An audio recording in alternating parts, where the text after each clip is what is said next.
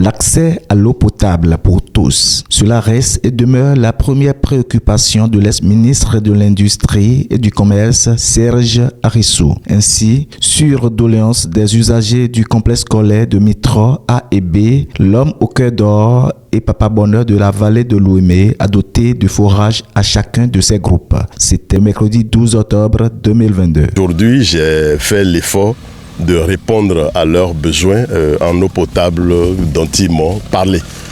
Donc ça fait que nous sommes allés aujourd'hui pour l'implantation du forage dans cette école. Et en souvenir de ce que cette école a fait de nous pour que nous soyons ce que nous sommes aujourd'hui, nous avons eu l'idée d'implanter en ce jour un forage là.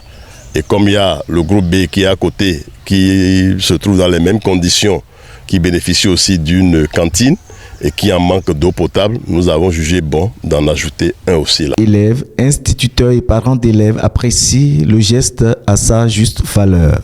Un jour qui est devenu pour nous, comment dirais-je, un jour inoubliable.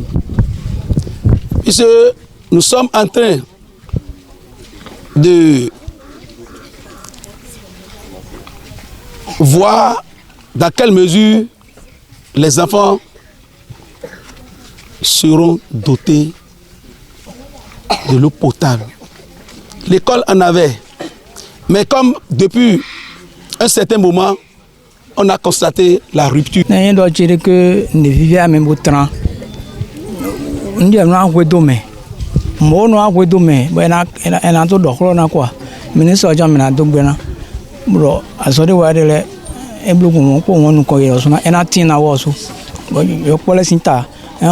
Les techniciens de la réalisation du forage rassurent démarrer les travaux en même temps vu l'importance du besoin. Nous avons 5 machines et tout de suite là, il y a une machine déjà dans la commune de Dambo.